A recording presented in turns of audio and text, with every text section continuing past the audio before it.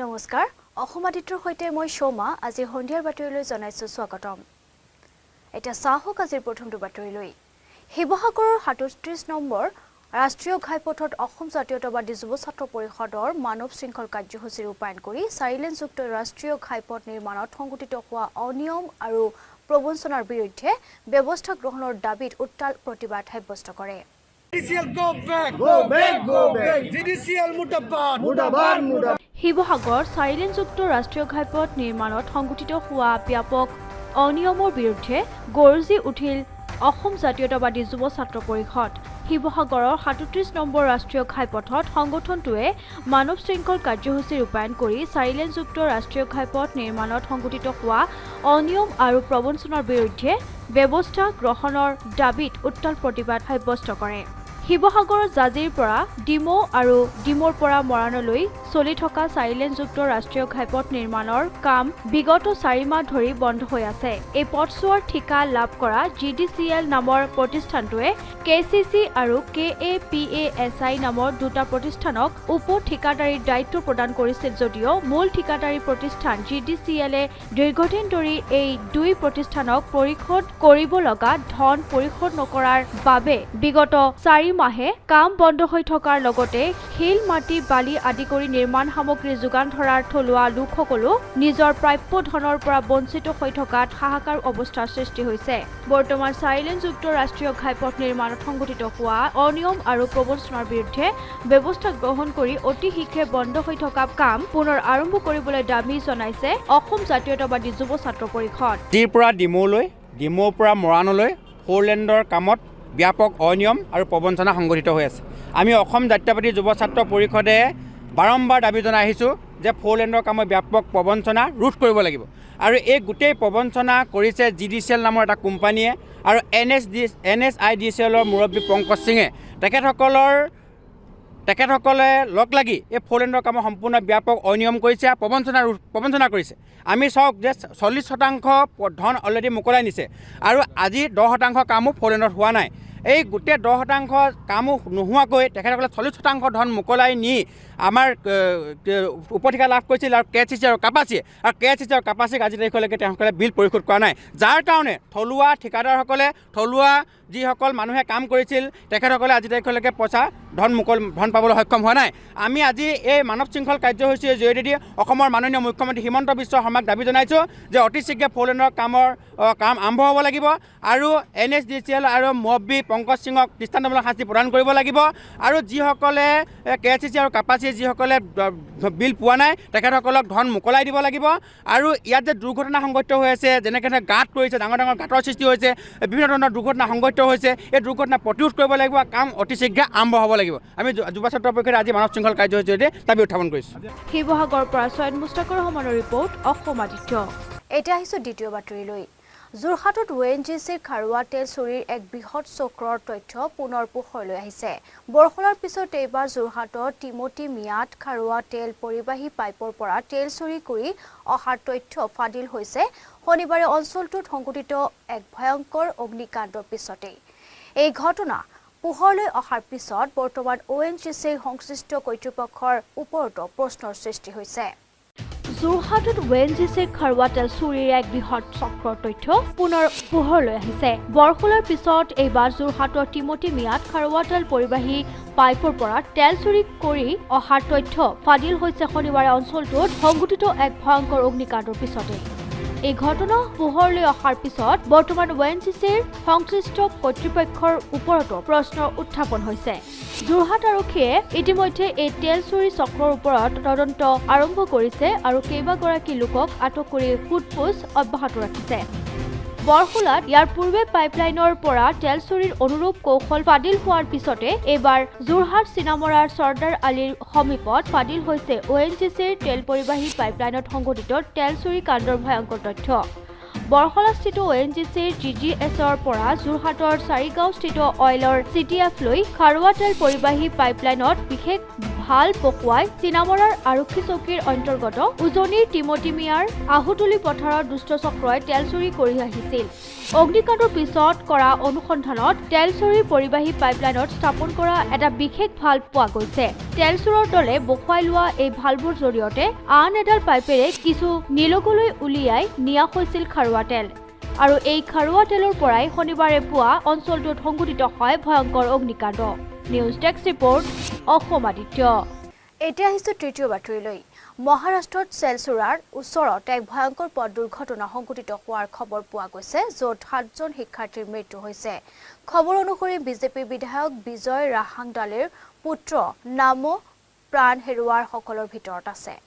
মহাৰাষ্ট্ৰৰ চেলচুৰাত ওচৰত ভয়ংকৰ পথ দুৰ্ঘটনা সংঘটিত হয়। এই দুৰ্ঘটনাত 7জন শিক্ষাৰ্থীৰ মৃত্যু হয়। ইয়াত বিজেপি বিধায়ক বিজয় ৰাহাংডালেৰ পুত্ৰ নামো প্ৰাণ হেৰুৱাৰ সকলৰ ভিতৰত আছে। ৰাহাংডাল থিৰদা গড়েগাঁও বিধানসভা সমষ্টিৰ বিধায়ক। ঘটনাটো সোমবাৰে নিশা প্ৰায় 11:30 সংঘটিত হৈছিল।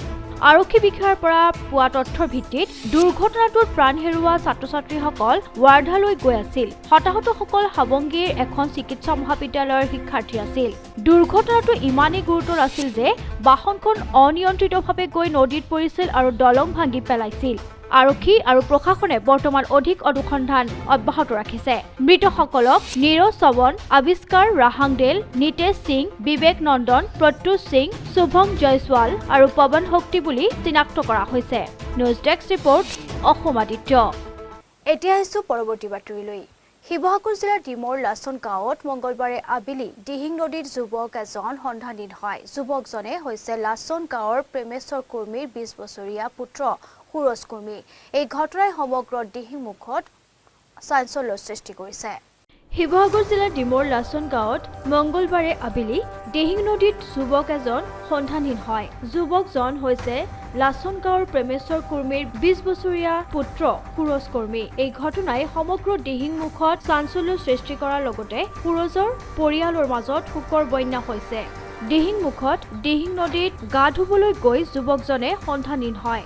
পিছত শিৱসাগৰ জিলা আৰক্ষী অধীক্ষক ৰাকেশ চৌচনৰ নিৰ্দেশ মৰ্মে শিৱসাগৰ জিলাৰ অতিৰিক্ত অধীক্ষক আৰু ডিমৌ আৰক্ষী থানাৰ ভাৰপ্ৰাপ্ত বিষয়াই SDRFৰ দুবাৰু বাহিনী লৈ নদীত সন্ধান চলাই যদিও বাতৰি লিখা পৰলৈকে সুৰজৰ কোনো সন্ধান লাভ কৰা নাই। কি নদী? কেইজন আহি আছে? তিনিজন আহি আছে। কি নামকেইটা কি আছিলে? সুৰজ, শিৱা আৰু তিমন। তাৰপৰা ভাইটি দুটা গৈছিলে, ভাইটি দুটা নাওখন লৈ গুচি আহিলে। তাৰপৰা আমি ক'লো তিনিটাই সাঁতুৰিয়ে যাওঁগে গৈ বোলো। তাৰ গুচি যাওঁতে সি মাজতে মাথাটো ঘূৰাইছে গৈছে, ঘূৰি আছে মানুহটো। আহিব পাৰিছ নাই, একো মাত চাত দিয়া নাই আৰু। আমি আহি পাং মানে সি ডুবিয়ে থাকিলে। তাৰ নাও এখন ডুবি আছিলে, নাওখন পানী ইছ্যু মানে গৈছো আৰু নাই মানুহটো। কিমান সময় হৈ গ'ল? টাইমটো ইমান গম নাপাওঁ। এতিয়াৰ পৰা কিমান সময় হৈছে? এতিয়াৰ পৰা খুব বেছি 2 ঘণ্টামান হৈছে। ডিমৌৰ পৰা মৃদুল বুঢ়াগোহাঁইৰ ৰিপৰ্ট অসম আদিত্য। সোমবাৰৰ তুলনাত মঙলবাৰে কৰোনাৰ 50,190টা কম ঘটনা নথিভুক্ত কৰা হৈছে। সংক্ৰমণৰ হাৰ 15.52%। আনহাতে অসমত বিগত 24 ঘণ্টাত 5,902 জন লোক কৰোনাত আক্ৰান্ত হৈছে আৰু 18 জন লোকৰ মৃত্যু হৈছে বুলি জানিব পৰা গৈছে। সোমবাৰৰ তুলনাত মঙলবাৰে কৰোনাৰ 50,190টা কম ঘটনা নথিভুক্ত কৰা হৈছে। ইয়াৰ পূৰ্বে দেশত প্ৰতিদিনে 3 লাখতকৈও অধিক লোক আক্ৰান্ত হৈছিল। শেহতীয়া 24 ঘণ্টাত 2,67,853 জন লোক কৰোনাৰ পৰা আৰোগ্য হৈছে। ভাৰতত 24 ঘণ্টাত 2,55,874টা নতুন কৰোনা সংক্ৰমণৰ ঘটনা প্ৰতিবেদিত হৈছে। দেশত এতিয়া কৰোনাৰ 22,34,842টা এক্টিভ কেছ আছে। আনহাতে অসমত বিগত 24 ঘণ্টাত 5,902 জন লোক কৰোনাত আক্ৰান্ত হৈছে আৰু 18 জন লোকৰ মৃত্যু হৈছে। এই সময়ছোৱাত 614 জন লোকৰ মৃত্যু হৈছে। মৃত্যুৰ সংখ্যা পূৰ্বৰ দিনটোৰ তুলনাত বৃদ্ধি হৈছে। আগদিনা মৃত্যুৰ সংখ্যা আছিল 439টা। News desk report Assam Aditya. এতিয়া আহিছোঁ শেষৰ বাতৰিলৈ। প্লাষ্টিকেৰে সপোনৰ এখন পৃথিৱী গঢ়াৰ সংকল্প এহাল দম্পতীৰ। মাজুলীৰ চিতাদাৰ চুকত এতিয়া প্লাষ্টিকৰ বটলে পাইছে আন এক মাত্ৰা। গ্ৰীণ এম নামৰ বেচৰকাৰী সংস্থাৰ উদ্যোগত দুই দম্পতীয়ে মাজুলীত নিৰ্মাণ কৰিছে এই বিশেষ গৃহটি। বিশ্বব্যাপী সমস্যা আৰু আৱৰ্জনাৰ সৃষ্টি কৰা প্লাষ্টিকক এতিয়া সম্ভাৱনাৰ ৰূপ দি মাজুলী চিটাদাৰ চুকত গঢ়ি তুলিছে এক বিশেষ গৃহ। আপুনি মই সততে আৱৰ্জনা বুলি ভাবি ব্যৱহাৰ কৰা প্লাষ্টিকৰ বটলটো হয়তো য'ত ত'ত পেলাই দিও, কিন্তু সেই পেলনীয়া প্লাষ্টিকৰ বটলটোক অমৃত আৰু মোম নামৰ এই দম্পতীয়ে বিশেষ কৌশল ব্যৱহাৰ কৰি জনসচেতনতা বৃদ্ধি কৰি এক ইতিবাচক কামত ব্যৱহাৰ কৰা পৰিলক্ষিত হৈছে। দম্পতীদ্বয়ে প্ৰথম অৱস্থাত গড়মূৰৰ স্থানীয় ৰাইজৰ মাজত এই পৰিকল্পনা সন্দৰ্ভত বিশদভাৱে কৈ ৰাইজৰ দ্বাৰাই সংগ্ৰহ কৰে বটলসমূহ, যাৰ বিনিময়ত তেখেতে লোকক দিয়া হয় উচিত পাৰিতোষিক। এই পাৰিতোষিক আৰু পুৰস্কাৰৰ পৰিৱৰ্তে এই প্ৰক্ৰিয়াৰ মূল লক্ষ্য আছিল প্লাষ্টিক মুক্ত এক পৰিৱেশ গঢ়াৰ। प्लास्टिक फ्री वर्ल्ड के लिए तो एक ही मैसेज है कि एक one step at a time हम पहले तो शुरू कर सकते हैं कि कमाना, जितना कम प्लास्टिक हो सके हम यूज़ करेंगे। उसके साथ जितना प्लास्टिक हम यूज़ कर रहे हैं थोड़ा केयरफुली सावधानी से हम यूज़ करें, उसे इस्तेमाल करने के बाद उसे ऐसे वैसे ना फेंक दें, क्योंकि ये एक प्लास्टिक जो इस्तेमाल करने के लिए हमें लगता है कुछ ही मिनट, उसे ये धरती में वो रह जाता है 400-500 साल, हज़ारों साल, और वो प्रदूषण फैलाती रहती है। तो हम थोड़ा सा सावधानी भर के जब प्लास्टिक यूज़ कर रहे हैं, जब जहाँ पे रिप्लेस हो सकता है वहाँ पे कोशिश करें कि क्लॉथ बैग या दूसरा कुछ मटेरियल्स यूज़ करने के लिए कपड़े का या लीफ का पैकिंग यूज़ करें।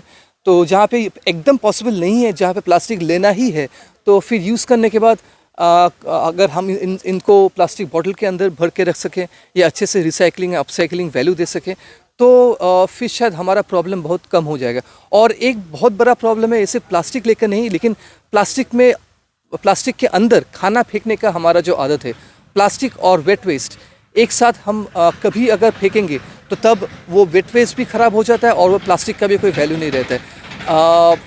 ये विनती है सबसे कि आप जब वेस्ट मैनेज कर रहे हैं अपना तो प्लास्टिक और खाना अलग से फेंकिए, तो फिर जो आपका कचरा जो साफ़ कर रहे हैं उसके लिए भी थोड़ा सा सुविधा हो जाए, और फिर उस कचरे से फिर किसी का बीमारी ना फैले।